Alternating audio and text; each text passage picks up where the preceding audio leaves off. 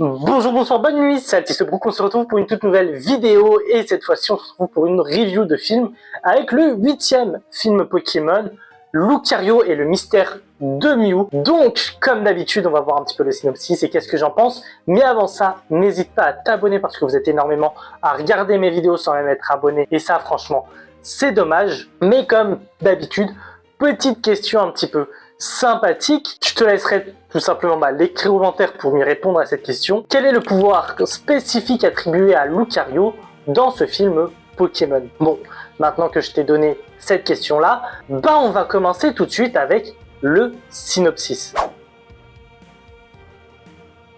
D'après les légendes Pokémon, un héros du nom d'Aron, également appelé Aura Gardien, accompagné de son Lucario, a réussi à arrêter une terrible guerre. Depuis, chaque année, les habitants du royaume se retrouvent au palais Caméran pour élire le nouveau Aura Gardien. Et ça, dans le seul et unique but de pouvoir rendre hommage au héros Aron. C'est là qu'on va retrouver tout simplement Sacha, qui va participer à ce tournoi et qui va réussir à gagner ce fameux tournoi. Ainsi, il deviendra l'Aura Gardien et par la même occasion va tout simplement faire apparaître Lucario. Cependant, un autre Pokémon mystérieux va faire son apparition et ce Pokémon, c'est Mew. Il va tout simplement finir par kidnapper Pikachu et quelques autres de ses amis Pokémon sans qu'on ne sache réellement où est-ce qu'il se trouve. C'est ainsi que Lucario va tout simplement amener Sacha en direction de Mew pour pouvoir récupérer Pikachu. Va-t-il y arriver? Va falloir voir le 8e film Pokémon, Lucario et les mystères de Mew. Bon, maintenant qu'on a mis un petit peu tout ça en œuvre, qu'est-ce que je pense du film? Alors, on est bien loin du souvenir que j'avais quand j'étais gosse, où il me semblait l'avoir bien apprécié. Malheureusement, ce n'est pas forcément ça. C'est là où on va commencer, comme d'habitude, avec un petit peu le format.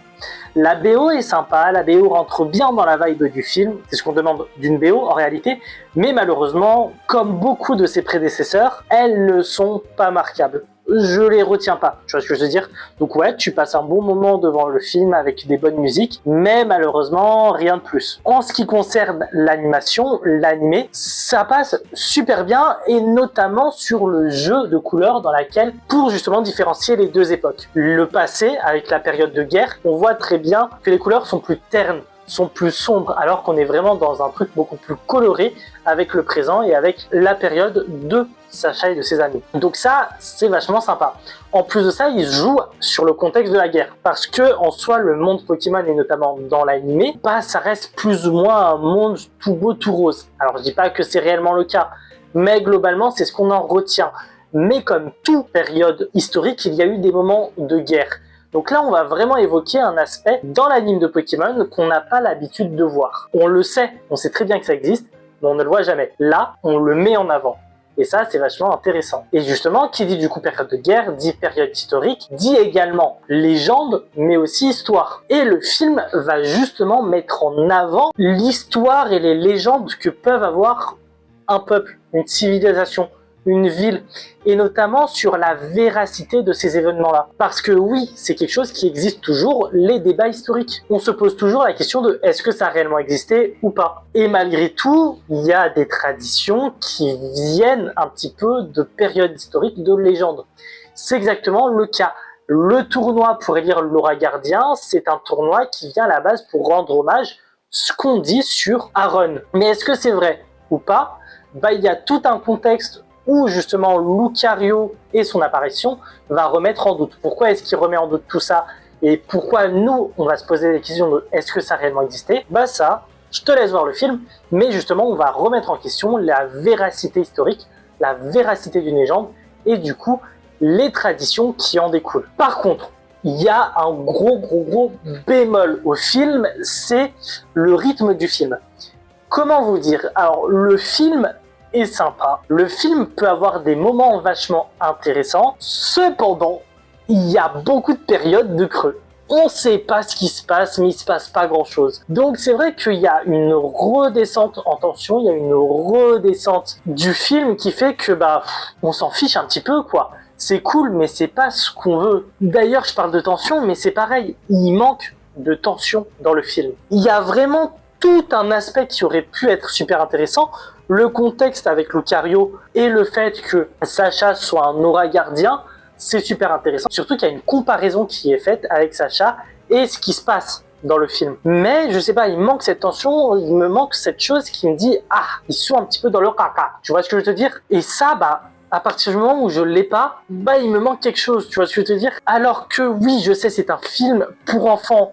Et pourtant, le film 4, donc Celebi, la voix de la forêt, c'est également un film pour enfants. Mais pourtant, je n'ai pas vu de moments de creux qui nous sortent de l'œuvre. Oui, il y a des moments de creux où c'est un peu plus calme, où justement, en fait, tu vois Sacha et Sam, donc on sait que c'est le professeur Chen, qui discutent, qui vraiment parlent du passé, etc. et des différences qu'ils ont entre leurs deux mondes. C'est normal. Ça peut pas être en hauteur, ça peut pas monter tout le temps. Mais par contre, c'est intéressant. Là, dans le film 8, pas du tout. C'est pas super intéressant. Mais pareil, la tension dans le film 4 est super intéressante parce que on voit justement une menace qui monte crescendo. La menace du début, c'est pas la même menace qu'à la fin. Ou du moins, ça n'a pas la même ampleur. Et ça, c'est super intéressant et je ne le retrouve pas avec ce film 8.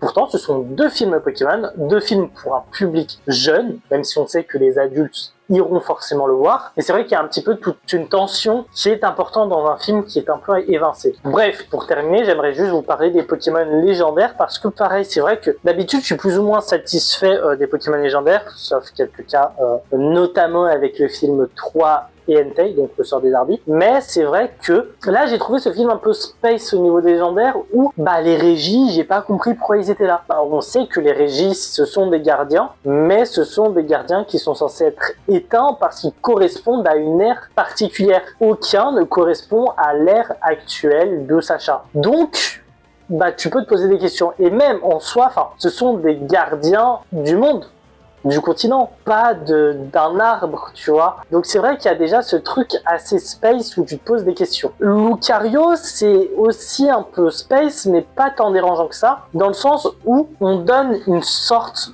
d'aura à Lucario, sans mauvais jeu de mots, on sait le lien avec l'aura et Lucario. Et c'est vrai qu'il y a quelque chose qui dégage de lui qui fait penser au Pokémon légendaire. Pas parce que c'en est un, parce que c'en est pas un, tu vois. Mais dans le film, on le met tellement en avant, on lui donne tellement de capacités, de caractéristiques spécifiques qu'on se pose des questions de est-ce que Lucario est un légendaire ou non. Bon après déjà la présence de Lucario c'est aussi pour annoncer la 4G, on va pas se mentir. D'ailleurs c'est pour ça que dans la saison 9 de Pokémon, donc juste après le film, on voit Mime Junior etc. qui est un Pokémon de la 4G. Mais donc on voit ce truc de on veut préparer la 4G. Et du coup vu que la 4G n'est pas censée être sortie tout de suite, on se pose la question est-ce que Lucario n'est pas en réalité un Pokémon légendaire? Alors oui, quand on était gamin, j'en suis sûr qu'on y a pensé. J'en suis sûr que je suis pas le seul à me dire il y a moyen Lucario c'est un Pokémon légendaire. Mais le film accentue vraiment le truc. Donc c'est vrai que c'est plus ou moins space, mais pas si dérangeant que ça. Ça t'intrigue, mais ok, tu l'acceptes. Et pour terminer, Mew. Mew, on le respecte bien parce que du coup, on voit que c'est un Pokémon qui a tous les ADN, qui peut se transformer en d'autres Pokémon, etc. Mais on lui rajoute un côté beaucoup plus humain, enfantin entre guillemets, dans le sens où Mew est un Pokémon à la longévité de vie extrêmement longue. Donc qui dit grosse longévité dit que il se fait peut-être un peu chier, tu vois. Et en fait, on le sent dans le film que il veut juste avoir des potes, tu vois ce que je veux dire. Il veut juste avoir des copains avec qui s'amuser, etc. Et il voit pas le mal. Et ça, je trouve ça vachement intéressant parce que ça donne un contexte, ça donne un truc plus intéressant à Mew et plus attachant, même si entre guillemets, c'est pas le gentil de l'histoire, tu vois. Donc j'avoue que ce côté-là, j'ai vraiment aimé de Mew et c'était vraiment super intéressant. Bref, en tout cas, encore une fois, c'est un film avec un potentiel. Clairement, il y a pas mal de choses intéressantes, mais pas forcément bien exploitées. Le rythme, pas bon. C'est vrai que j'ai été déçu à la fin de ce film et ça s'est peut-être ressenti sur cette vidéo-là parce que il y a des trucs très intéressants, mais si on fait un bilan global, ça reste pas fou. Bref, en tout cas, je te laisse voir le film pour pouvoir en parler dans les commentaires ou tout simplement pour le découvrir. Bon, avant de terminer la vidéo, je rappelle la petite question, donc prépare-toi dans les commentaires. Je t'ai donné un petit peu un indice dans la vidéo, mais quel est le pouvoir spécifique attribué à Lucario dans ce film? Tu me donnes ça dans les commentaires. Voilà pour ce 8e film. Le 9e film devrait arriver très bientôt. Je sais pas si c'est le mois prochain ou le mois d'après. Normalement, il devrait y avoir une petite vidéo en parallèle, une petite vidéo analyse théorique qui devrait tomber. Si c'est pas ce mois-ci, ça sera le mois... Enfin, si c'est pas le mois prochain, ça sera le mois d'après. Mais en tout cas, ça arrive incessamment, sous peu.